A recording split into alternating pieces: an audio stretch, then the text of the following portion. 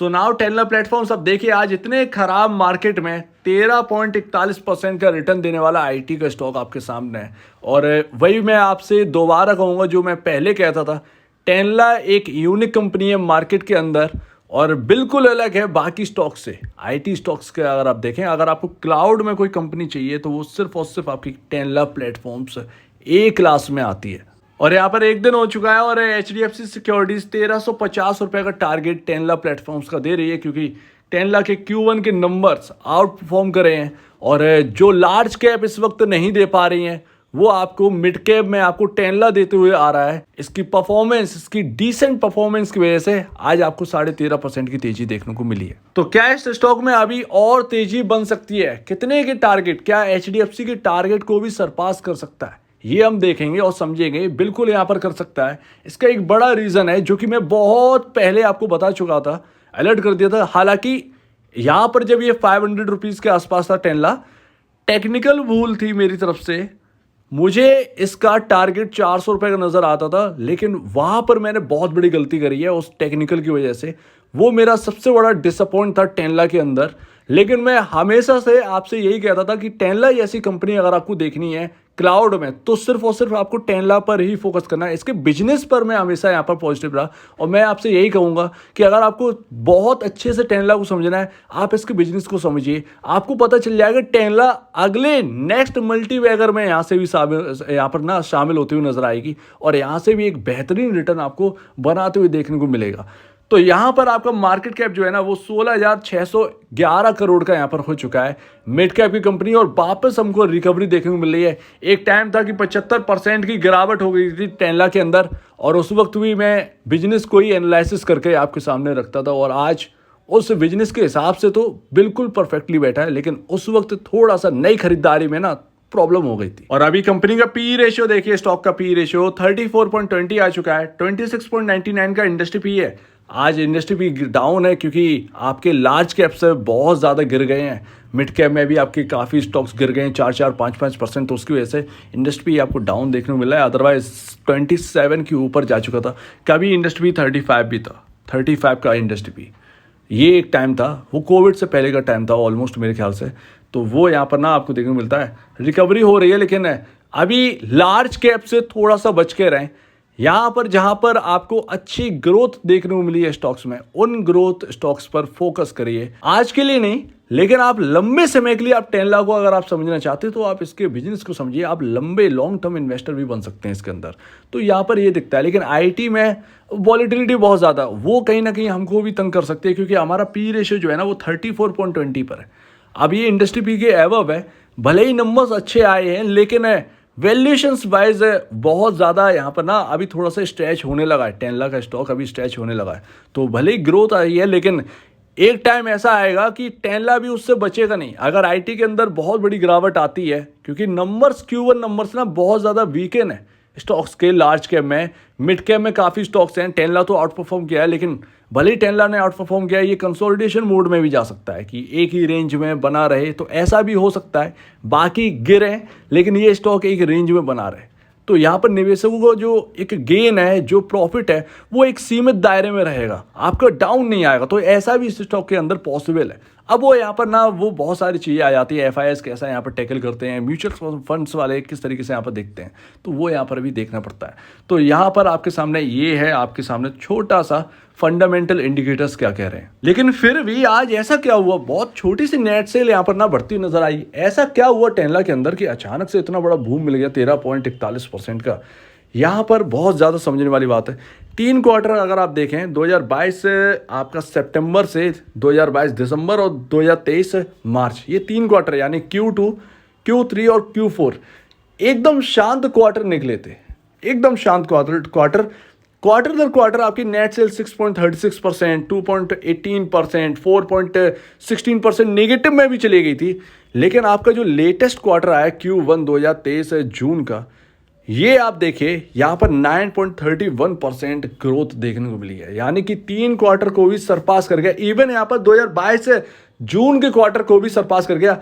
Negative growth थी, -6.20% की negative growth थी और यहाँ पर आप देख रहे हैं कि 9.31% का प्लस में आपकी ग्रोथ आई है। तो ये सबसे बड़ा बोनिंजा रहा है टेनला के अंदर, जो कि आपको यहाँ पर इतने बुरे आईटी का गिरावट हुआ है आज के दिन, ऐसे में आउट परफॉर्म क्यों करके दिखाया टेनला ने। यहाँ पर ये सबसे बड़ा इंडिकेटर है कि 9.31% की प्लस में ग्रोथ आई है, नेगेटिव से पॉजिटिव पहुंच गया। तो ये सबसे बड़ा यहाँ पर रीजन था।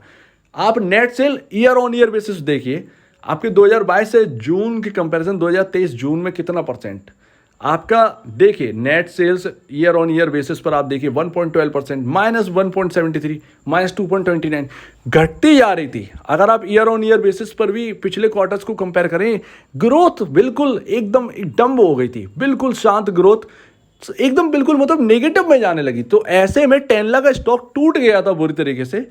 और अब देखिए आपका इस क्वार्टर में 13.87% की प्लस में ग्रोथ लाया है। तो ये आपके सामने इंडिकेटर्स थे जो कि आपको समझने थे, और यहां पर बहुत सारे जो निवेशक हैं वो समझ गए होंगे जो इन चीज़ों को खगालते हैं। आपको भी मैं ये कह रहा हूं कि जब भी आप टेनला में बहुत ज़्यादा इंटरेस्टेड हैं, आप इन चीज़ों पर हमेशा फोकस करा करिए जब भी क्वार्टरली रिजल्ट्स आए। तो ये बहुत मायने रखते हैं, और इन्हीं की वजह से आज टेनला इतने खराब मार्केट में आउट परफॉर्म करके दिखाया। मेरे ख्याल से टेनला जितना कोई चला भी नहीं आईटी के अंदर। और प्रॉफिट देखिए 135.40 करोड़ का आसपास का प्रॉफिट है आपका। 12.57% की क्वार्टर दर क्वार्टर प्रॉफिट में ग्रोथ देखने को मिली है। यानी कि आप देखिए 9.99%, 5.49, 3.23%, 12.57%। यानी कि अगर आप देखें तो 2 क्वार्टर अगर आप जोड़ दीजिए तो ऑलमोस्ट इसके एक ग्रोथ आई है इस क्वार्टर में। तो प्रॉफिटेबिलिटी बढ़ती हुई नजर आई है। और आप देखें पिछले क्वार्टर में यही नेगेटिव थी, मतलब 2022 से जून में आपका नेगेटिव था, -28.59 था।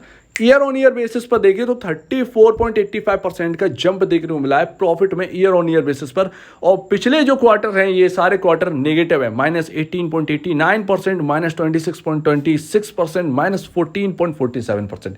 ये सारे नेगेटिव ग्रोथ थे, इनके प्रॉफिट बिल्कुल डाउन जा चुके थे, ईयर ऑन ईयर बेसिस पर बिल्कुल डाउन जा रहे थे। तो यहां पर यही हुआ है टेनला के अंदर, कंपनी ने बिल्कुल आउट परफॉर्म करके दिखाया है। आपका बीएफएसआई और उनसे ना बहुत ज़्यादा लेन देन नहीं है इस कंपनी की, यही अच्छा है। क्लाउड पर फोकस कर रही है टेनला, क्लाउड में नंबर 1 कंपनी अगर आप कहें टेनला इंडिया के अंदर आती है, इतनी बड़ी कंपनी है। तो आप ये सोचिए कि अगर आपने लोअर लेवल पर ले रखा है टेनला को, तो ऐसे ग्रोथ जब आ रहे हैं, ऐसी ग्रोथ जब मैनेजमेंट डिलीवर कर रही है कंपनी की, तो फिर आपको फिर दूसरी जगह जहां पर ग्रोथ का बहुत ज़्यादा संकट आया पड़ा है वहां पर आप जाना पसंद करेंगे या फिर इधर। तो ये सोचने वाली बात है। और देखिए आईटी ना इस वक्त बहुत ज़्यादा कंसर्निंग है, समझने बहुत, मतलब आप सोचे ना, समझना इतना आसान नहीं है आईटी के अंदर। लेकिन फिर भी मैं यही कहूँगा टेनला के अंदर कि टेनला शुरू से ही 500 रुपये से मैं यही कह रहा हूँ कि टेनला बहुत बड़ी कंपनी बनेगी। लेकिन फिर भी इस वक्त जो आईटी का माहौल चल रहा है, थोड़ा सा अलर्ट रहिए। अब हम देखते हैं टेनला की इस वक्त किस प्राइसिंग पर जा सकता है। टेनला इस वक्त देखिए, मैंने पिछली वीडियो, इस वक्त नहीं, लमसम कई महीनों पहले मैंने आपसे कहा था कि जब भी टेनला घूमेगा तो आपका एक टारगेट नजर आएगा, क्योंकि ऊपर एक गैप छोड़ा है 1250 के आसपास का, 1247 1250 के आसपास, यही एक कुछ लेवल है, ठीक है ना। बिल्कुल मोटा मोटा मुझे अभी समझ में नहीं आ रहा, ऑलमोस्ट 1266 के आसपास का लेवल, ठीक है ना। तो यहाँ पर 1266 के आसपास का जो लेवल है ना, एक गैप छूट रखा था। तो जब भी ये 690 694 रुपए का लेवल क्रॉस करेगा, आपको ये देखने को मिलेगा। यहां पर अपनी यही बात हुई थी, उसके बाद यहां पर ना आपका एक बाई बैक भी आया, इसी लेवल के आसपास ही आया था 1200 की समथिंग। वो उस वक्त भी टेनला चल नहीं रहा था, क्योंकि नेगेटिव ग्रोथ जा रही थी और संकट बड़ा बहुत भयंकर था आईटी के अंदर। तो वो उसकी वजह से टूट रहा था, और रिटर्न भी इसने बहुत अच्छा दे दिया था। अभी क्या है, हम उस गैप को फिल कर चुके हैं। यहां से चार्ट पर क्या नजर आ रहा है, चार्ट पर ये नजर आ रहा है कि अगर यहां से थोड़ा सा अभी एक तेजी बनी तो पॉसिबल है आपको कि 1450 से 1460 के आसपास के लेवल आपको नजर आ जाएं। 1455 1460 तक के लेवल आपको नजर आ सकते हैं अगर हम इससे और हायर साइड चलना स्टार्ट किया, यानी कि जो आज हाई बना है उसके हाई के ऊपर निकलना स्टार्ट कर दिया, तो पॉसिबल है आपको ये लेवल भी नजर आ जाए 1450 1455 के आसपास का। लेकिन यहां पर यही है कि बहुत सारे स्टॉक्स में क्या होता है कि एक बार गैप फिल हो जाता है ना, उसके बाद थोड़ा सा डाउन आने लगते हैं। तो वो अगर यहां पर नहीं होगा और अगर यहां से चलना स्टार्ट करेगा तो फिर आपका यहाँ पर ना 1500 तक के पॉसिबल है, 1455, 1460, 1500 तक के लेवल आपको देखने को मिल जाए। और आगे बढ़ सकता है, बिल्कुल आगे बढ़ सकता है। वो तभी हो सकता है जब आईटी में वापस एक टर्न अराउंड हमको देखने को मिले और बाकी आईटी लार्ज कैप स्टॉक जो है ना वो चलना स्टार्ट करते हैं, तो 10 लाख के ऊपर इतना दिक्कत नहीं आएगी। लेकिन हाँ, ऐसे में आपका पी रेशियो काफ़ी महंगा हो जाएगा। अभी भी पी रेशियो स्ट्रेच है, तो बहुत ज़्यादा कूद कर खरीदारी करने की इस वक्त ज़रूरत नहीं है, क्योंकि मार्केट का मूड माहौल ख़राब है। इन्फी के गाइडेंस की वजह से प्रॉब्लम आ रही है मार्केट के अंदर। उसका रब ऑफ इफेक्ट कहीं तो दिखेगा। क्या होता है कि शॉर्ट टर्म इन्वेस्टर को थोड़ा सा रिटर्न किसी स्टॉक में मिलता है तो वो वसूल नहीं सोचता है, तो उसकी वजह से 10 लाख के अंदर अगर हायर साइड जाएगा तो प्रॉफिट बुकिंग भी आती हुई नजर आ सकती है। तो ये एक थोड़ी सी प्रॉब्लम है, तो देखते हैं यहाँ पर। लेकिन ग्रोथ जो है ना वो एक नंबर डिलीवर करी है इस कंपनी ने, और उसका आज नतीजा जो है ना वो स्टॉक के प्राइसेस पर देखने को मिला है। कोई आईटी की कंपनी ऐसी नहीं है जिसने ऐसा आज मार्केट में डिलीवर किया हो रिटर्न, इकलौती 10 लाख। तो इस पर आगे के लिए फोकस रखिए, लॉन्ग टर्म के लिए इकलौती कंपनी है ये क्लाउड में अगर आप इनके काम देखेंगे तो आपको समझ में आए। तो मैं कहता हूँ बिजनेस पर फोकस करिए।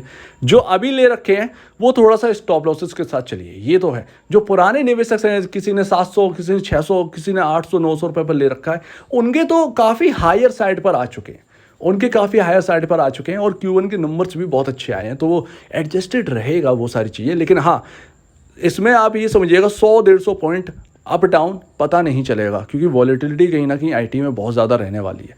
सो उम्मीद है आप इस बात को समझेंगे, थोड़ा सा अलर्ट रहिए, क्योंकि आईटी का मूड माहौल ख़राब है। बाकी अपनी कंपनी ने बहुत सबको एक साइड कर दीजिए, इस कंपनी को एक साइड कर दीजिए, ऐसा परफॉर्मेंस करके दिखाया है। नंबर्स आपके सामने काफ़ी क्वार्टर बाद यहाँ पर नंबर्स ऐसे देखने को मिल रहे हैं। और अमेरिका में आपका AWS के अंदर प्रॉब्लम तो आई गई थी, तो उसका भी कहीं ना कहीं संकट था, लेकिन कंपनी ने सब कुछ को एकदम साइड करते हुए ऐसे नंबर डिलीवर करे। हैट्स ऑफ, मतलब ये कंपनी ने मतलब निवेशकों के लिए क्या रिटर्न बना के दिया, आगे भी ये ऐसे करते रहेंगे। सो उम्मीद है आप इस बात को समझेंगे। आपका क्या कहना है इसके ऊपर कमेंट सेक्शन में कहिए। और अब वीडियो देखने के लिए बहुत धन्यवाद दोस्तों।